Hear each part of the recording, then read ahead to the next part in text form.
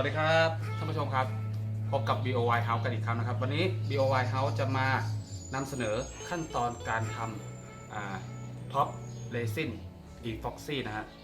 ซึ่งวันนี้เราจะมาทำอยู่ด้วยกัน2ลายนำเสนอกันอยู่2ลายนะคือจะเป็นลายหินอ่อนสีขาวกับลาย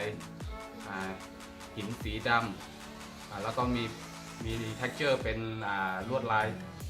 เป็นสีทองนะฮะเดี๋ยวเราจะมาดูว่าขั้นตอนเราทำยังไงกันบ้างตัวเนี้ยเราจะใช้4 ต่อ 1ก็คือพาร์ท A 4 ส่วน4 ส่วนแล้วก็กะว่าพอที่จะเอามาทำตัวท็อปนี้หรือยังเทเข้าไปเข้าไปเลยนะฮะแล้วเราจะทำสีขาวก่อนใช่ไหมครับเราก็เอาเนื้อสีขาวตัวเนี้ยใส่ลงไปแล้วก็ต้องคนเป็นระยะเวลาอยู่ประมาณ 5-10 นาทีเพื่อให้เนื้อสีตัวนี้เข้ากับตัวเรซินอีพ็อกซี่นะครับจะมาคนเพื่อให้เนื้อสีมันเข้ากันเราจะต้องตีให้มันเข้ากันกับเนื้อเรซินให้ได้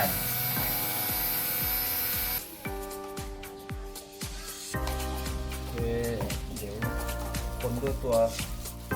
นี้แล้วเรามาคนทีนึงก็ใช้เวลาอยู่พอสมควรนะเพื่อเนื้อมันเข้ากันพอประมาณ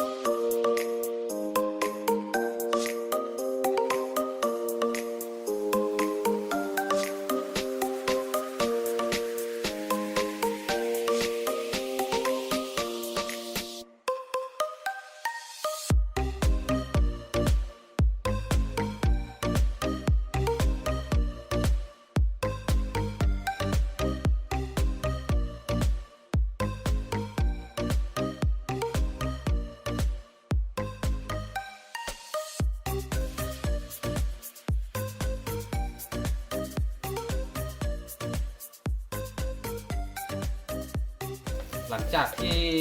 ตัวสีขาวนะเป็นตัวพอประมาณแล้วเราก็จะมาทำเท็กเจอร์กันดูอันนี้มันขึ้นอยู่กับเทคนิคของแต่ละคนนะฮะว่าจะทำเป็นลวดลายยังไงสำหรับผมเดี๋ยวมาดูกันนะว่าผมจะทำเป็นลายหินยังไงนะฮะ